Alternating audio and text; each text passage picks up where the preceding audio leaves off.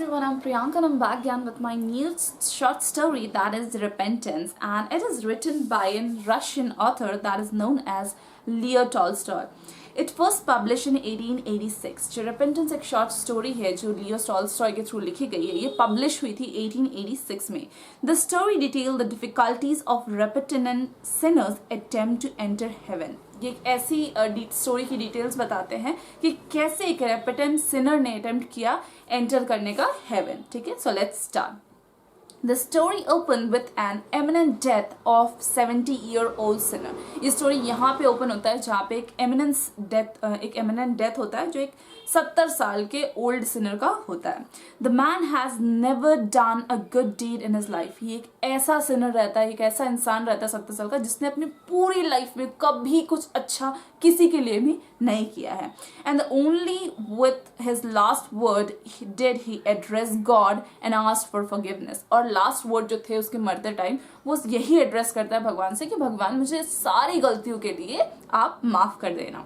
When the man dies, his soul come before the gate of heaven. जब वो इंसान मर जाता है तो उसका जो सोल रहता है, उसकी जो आत्मा रहती है वो हेवन के गेट के पास पहुंचती है.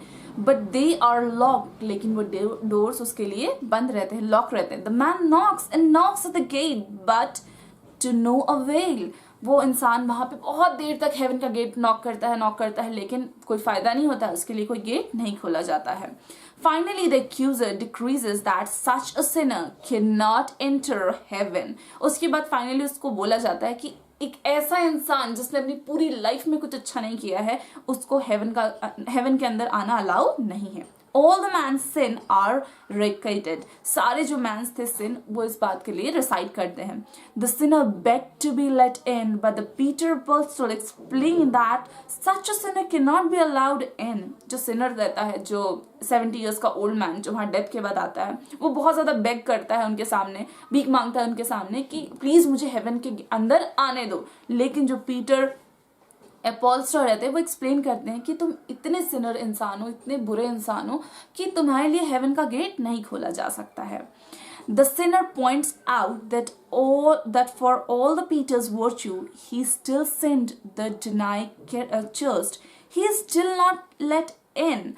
The sinner continues his knocking. Sinner बार बार उस गेट को नॉक करते रहता है, हेवन का गेट नॉक करते रहता है. And it began met by his list of sins by accuser. और जब तक वो नॉक करता है उसकी जितनी भी उस एक्यूजर की जितनी लिस्ट रहती है वो उनके पास आ जाती है कि इतना सारा उसने बुरा किया है लोगों के साथ. Now King David explained that such a sinner cannot be allowed in. अब जो किंग डेविड रहते हैं वो जब उनकी पूरी की पढ़ते हैं कि इतना सारा लिस्ट है उसके अगेंस्ट कि उसने इतना लोगों के साथ इतना बुरा किया है, तो किंग डेविड एक्सप्लेन करते हैं उस सिनर को कि कैसे भी करके तुमको अलाउ नहीं किया जाएगा इस हेवन के अंदर आने को. The sinner point out that for all David virtue he still sinned by committing adultery. He is still not let in. वो बोलता है कि मैंने इतने सारा बुरा किया लेकिन मैंने कुछ एडल्ट्री के में मतलब मैंने कुछ जो बुराइयां की वो मैंने अपने बुढ़ापे में की और कुछ मैंने अच्छाइयाँ भी की है जब मैं छोटा था, फिर भी आप मुझे अंदर नहीं आने दे रहे हो. The sinner continues his knocking. और इसके बाद वो सिनर वापस उस गेट को नॉक करते रहता है. And now spoken by John the Apostle.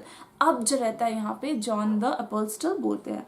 The sinner pleads with John. Sinner जो था वो बार बार हाथ जोड़ के जॉन के सामने माफी मांगता है, saying that he of all the people should understand repentance. The repentant sinners is finally allowed into heaven.